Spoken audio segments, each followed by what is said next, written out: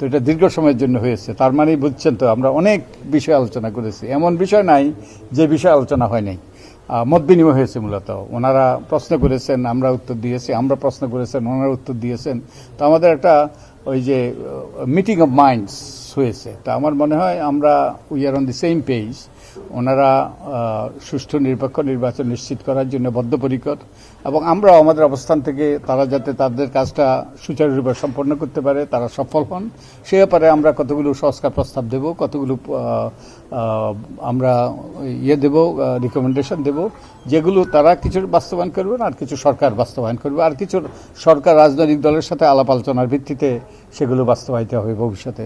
তো এটাই একটা নির্দিষ্ট বিষয় আলোচনা হয়নি। সেই আলোচনা হয়েছে নির্বাচন কমিশনের দায় দায়িত্ব, ক্ষমতা, স্বাধীনতা ইত্যাদি ইত্যাদি। তারপরে কিভাবে মনোনয়নপত্র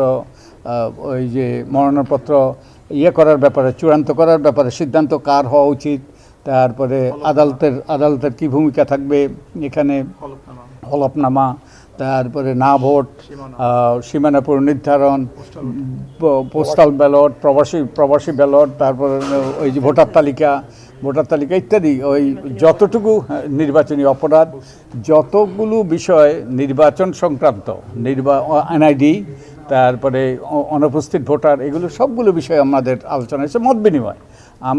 আমরা এখনও চূড়ান্ত সিদ্ধান্ত নেইনি। আমরা কতগুলো বিষয়ে চিহ্নিত করেছি, এগুলো নিয়ে আমরা আলাপ আলোচনা করছি। আমাদের এখনও প্রায় 1 মাস সময় আছে। এই সময়ের মধ্যে আমরা আমাদের সুপারিশগুলো চূড়ান্ত করব, সরকারের কাছে দেব, এবং ওনাদের কাছে আমরা কিছু ওনাদের মতামত চেয়েছি। ওনাদের যদি কোনো রকম কিছু আমাদের সাথে শেয়ার করা থাকে, ওনারা শেয়ার করতে পারেন।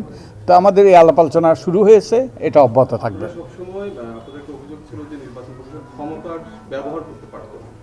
এই বিষয়ে আপনারা কোনো পরামর্শ দিয়েছেন কিনা, এবং আইনের কোনো বিষয়ে মানে ক্ষমতা যেন তারা প্রয়োগ করতে পারে, এই ব্যাপারে কমিশন থেকে আমাকে বহুবার আপনারা বলতে শুনেছেন যে নির্বাচন কমিশনের অন্তর্নিহিত ক্ষমতা আছে, এবং সুষ্ঠু নিরপেক্ষ নির্বাচনের খাতিরে নির্বাচন কমিশন দিনকে রাত করা ছাড়া, রাতকে দিন করা ছাড়া সবই করতে পারে সুষ্ঠু নিরপেক্ষ নির্বাচনের খাতিরে। এবং এ ব্যাপারে আমাদের আইন যতটুকু বলা আছে, আমাদের আদালতের নির্দেশ আরও সুস্পষ্ট। আলতাফ হোসেন বনাম আবুল কাশেম মামলায় আমাদের সুপ্রিম কোর্টের আপিল বিভাগ বলেছে যে সুষ্ঠু নিরপেক্ষ নির্বাচনের খাতিরে তারা can add to the statutory rules. তার মানে আইন কানুন বিধিবিধানের সাথে সংযোজন করতে পারে। যেখানে অস্পষ্টতা আছে, যেখানে এই যে গ্যাপ আছে, সেগুলো তারা পূরণ করতে পারে। তাদের অগাধ ক্ষমতা আছে। তা আমরা আমাদের মতামত, আমাদের যা আন্ডারস্ট্যান্ডিং, সেগুলো ওনাদের সাথে শেয়ার করেছি, এবং ওনারাও, আমার মনে হয় ওনারাও অনুধাবন করেন। তো এই আমাদের একটা সফল মত বিনিময় হয়েছে।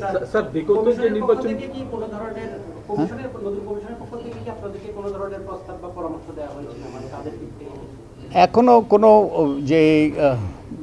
ওনারা আনুষ্ঠানিকভাবে কোনো প্রস্তাব দেন নাই, কিন্তু আমাদের এই যে মত বিনিময়ের মাধ্যমে অনেক কিছু উঠে এসছে, এবং মনে হলো যে আমরা we are on the same page. আমরা একই, ওই যে আমাদের খুব একটা মতপার্থক্য নাই। ইনফ্যাক্ট মতপার্থক্য কোনো কিছু আমাদের মধ্যে এখানে চিহ্নিত হয় নাই।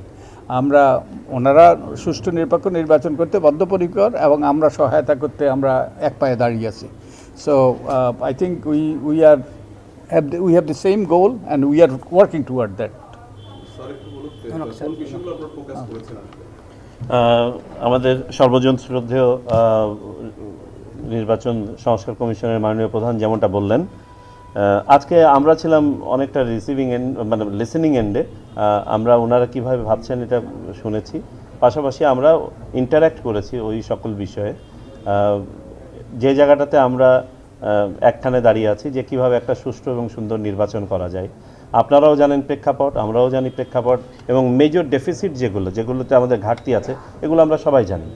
সো এই বিষয়গুলোই আলোচনা হয়েছে, যে বিষয়গুলো স্যার বললেন। আমাদের দৃঢ় বিশ্বাস, উনি আমাদের সবার শিক্ষকও বটে, যে এইটাই আমাদের প্রথম এবং একমাত্র মিটিং না। আমরা কিছু তথ্য আমরা সিদ্ধান্ত নিয়েছি আদান প্রদান করব, এবং আশা করি যে ওনারা সময় বের করে এক বা একাধিকবার আরও আমাদের সাথে বসার সুযোগ করে দিবেন, যাতে করে আমরাও উপকৃত হব এবং আমাদের পক্ষ থেকেও তখন যদি আরও কংক্রিটভাবে কিছু বলার থাকে আমরা মিনওয়াইল কিছু জিনিস নিয়ে কাজ করব, ইনক্লুডিং আমাদের পাস্ট এক্সপিরিয়েন্সেস। স্যার, আজকে আলোচনায় নির্বাচন কখন হওয়া উচিত বা কিভাবে হওয়া উচিত এগুলো নিয়ে কোনো আলোচনা আসছে কি? আমরা কোনো টাইম নিয়ে কোনো আলোচনা এখানে করিনি। আমরা নির্বাচন কিভাবে হওয়া উচিত, নির্বাচন ভালো করার জন্য কি করা দরকার সেগুলো নিয়ে আলোচনা করেছি। কিন্তু আপনাদের কাজের কোনো রোডম্যাপ আপনারা করছেন কিনা যে এতদিনের মধ্যে আজকের পারভিউতে এই ধরনের কোনো আলোচনা ছিল না। আমাদের উদ্দেশ্য ছিল একটা ভালো সুষ্ঠু নির্বাচন যখনই হোক না কেন কিভাবে করা সম্ভব। স্যার, আপনি বলছিলেন মেজর ডেফিসিট নিয়ে আলোচনা হয়েছে, আপনারা কি একটু বলবেন নির্বাচন সুষ্ঠু নির্বাচনের মেজর এগুলো সব আপনাদের মিডিয়াতেই আছে, মানে আপনারা খুব ভালোভাবে লিখেছেন ডেফিসিটগুলো কি ছিল। আমাদের সবচেয়ে বড় ডেফিসিট হচ্ছে আমাদের আস্থার ঘাটতি নির্বাচন ব্যবস্থার উপরে, সেটা ফেরত আনতে হবে।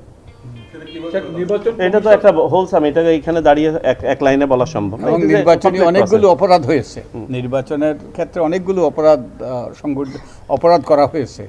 এই অপরাধের বিচার হওয়া দরকার, এই বিষয়টাও আমরা আলোচনা করেছি। সেক্ষেত্রে বিগত নির্বাচন নিয়ে যে বিষয়গুলো ছিল, যারা অপরাধ করেছে, যাদের অপরাধ প্রমাণিত হবে তাদের অবশ্যই বিচারের আওতায় আসতে পারে। কমিশনের নাকি সকল কমিশনের স্যার যার অপরাধ? যারাই অপরাধ করেছে এগুলো তো এগুলো সুস্পষ্টভাবে সুনির্দিষ্টভাবে আলোচনা হয়নি, যে কিন্তু নির্বাচনী আপনারা গণপ্রজাতন্ত্র আদেশের 73 থেকে 90 ধারার মধ্যে নির্বাচনী অপরাধের বিষয়গুলো ওই যে এগুলো বর্ণনা আছে। তো আমরা এগুলো যাতে যথাযথভাবে প্রয়োগ হয় এইসব বিষয়ে আলোচনা করেছি। ভোটের পরে রেজাল্ট হয়ে যাওয়ার পরে, যেমন আগের কমিশন যেটা যুক্তি দিত যে রেজাল্ট হয়ে যাওয়ার পরে কমিশনের আসলে করণীয় কিছু থাকে না, সো অপরাধের শাস্তি দেওয়ার কোনো সুযোগ নাই, এই বিষয়টা স্যার তারা ইচ্ছা করলেই করতে পারতেন। রেজাল্ট হওয়ার পরে তারা গেজেট হওয়ার আগে তারা তদন্ত সাপেক্ষে, আদালতের সুস্পষ্ট রায় আছে, তদন্ত সাপেক্ষে তারা নির্বাচন বাতিল করতে পারতেন। এবং নির্বাচন শুধু বাতিল নয়, পুনর্নির্বাচনের আদেশ দেওয়ার ক্ষমতা তাদের আছে, সেই ক্ষমতা তারা ব্যবহার করেন নাই দুর্ভাগ্যবশত। স্যার, আপনাকে জানতে চাচ্ছি আজকে মতবিনিময় সভায় আলোচনা হোক না হোক, আপনার রোড ম্যাপ নিয়ে ভাবছেন কিনা, এটা নিয়ে সাধারণ মানুষ কতদিনের মধ্যে আপনার রোড ম্যাপটা তৈরি করবেন? শোনেন, রোড ম্যাপের ব্যাপারটা হচ্ছে একটা সামষ্টিক ব্যাপার। এখানে এটার সাথে আমাদের কতগুলো ন্যাশনাল ইনিশিয়েটিভস আছে, এই সংস্কার কার্যক্রমগুলো আছে, আমাদের আভ্যন্তরীণ কিছু প্রিপারেশনের ব্যাপার আছে। সুতরাং এক বাক্যে এটা নিয়ে অবশ্যই আমাদেরকে একটা ভাবতে হবে যে আমরা একটা দিনে যখন আমরা বলবো যে ওকে এখন থেকে ইলেকশন, তখন আমার কত সময় লাগবে, সেই রকম প্রস্তুতি তো নির্বাচন কমিশনের সবসময় আছে, থাকবে। বাট যেন আপনারা যে রোডম্যাপ যেটা চাচ্ছেন যে কয় তারিখে কি ঘোষণা করবেন, না এই ধরনের আলোচনা এখন হয়নি। আমরা কাজ শুরু করেছি, কাজ করছি ইতিমধ্যে। আপনারা হয়তো জানেন যে আজকে সকালেও আমরা এনআইডি নিয়ে কাজ করেছি।